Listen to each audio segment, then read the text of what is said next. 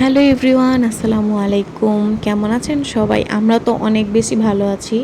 ওই দিন রাত্রেবেলা বাবুর আব্বুর সাথে একটু বাইরে গিয়েছিলাম।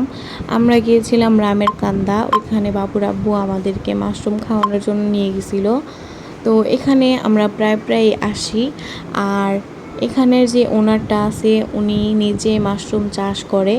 আর ওনাদের যে এলাকাটা ওইখানকার মানুষ মাশরুম খায় না, বা ওনারা হচ্ছে মনে করে মাশরুম ব্যাঙের ছাতা, মাশরুম খাওয়া ভালো না এই সে, বা মাশরুম কি মানুষ খায় নাকি।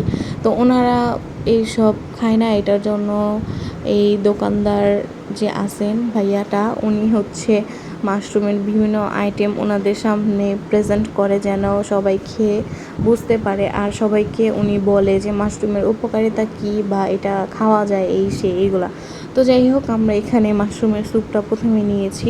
সত্যি কথা বলতে মাশরুমের স্যুপটা একটুও মজা না।